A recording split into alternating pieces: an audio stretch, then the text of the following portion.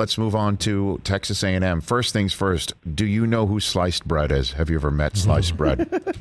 I have not. Okay, so I have not. So is this like the deep throat of college football reporting? Are you all like looking around for Sliced Bread right now? Because Sliced Bread got some run yesterday, don't you think? No, the SEC West is wild right now in terms of there's a little three-headed rivalry, and Lane Kiffin's got his hands in LSU's ear and his fingers in LSU's eye right now. Between what he has definitely stirred it up. He stirred it up on Brian Kelly's little gyrations on the videos. Nice. And he stirred it up and really wound up Jimbo Fisher, and Jimbo Fisher punched back yesterday. And I think this is probably stuff that Greg Sankey, the commissioner of the league, is probably not thrilled about, because what you're saying, what you're talking about is also, this is the kind of thing where it speaks to it speaks to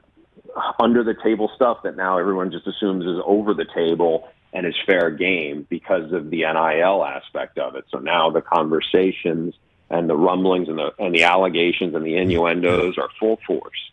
And, back in the summer, I did a big story for The Athletic about one coach just basically saying this was what it was going to be like, that it was like, hey, I don't want to hear to tell his boosters, I don't want to hear you guys complain that we lost so-and-so from our state or from our region. You guys had the chance. You could pony up and you could do this.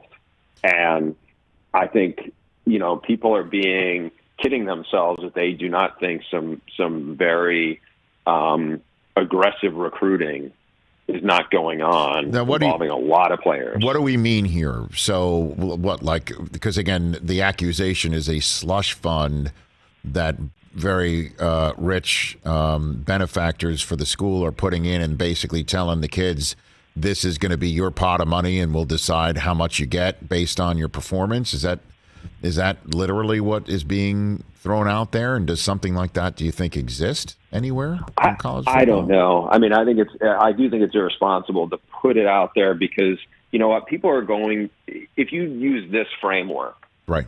Jimbo Fisher just landed the highest ranked recruiting class in the history of 247 sports, basically in the history of modern college football recruiting. And he did it after a team that just went 8-4. It's not like this is Alabama or this is Georgia doing it.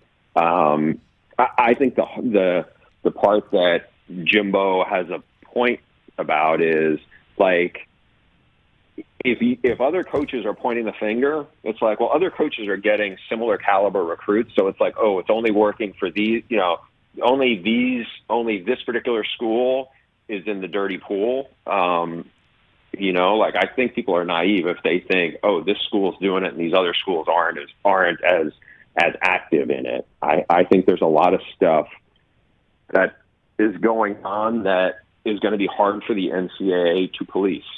And whether it's to the degrees of the sliced bread, talk, I don't know if I would go that far with it, but I do think there's a lot of things that it's going to be hard for the NCAA to get out in front of. And that's not saying that A&M is doing it and other places aren't. It's not saying that, no one outside the SEC is doing it. I just think that right now this has become more of an open season on how this is working in a bunch of places.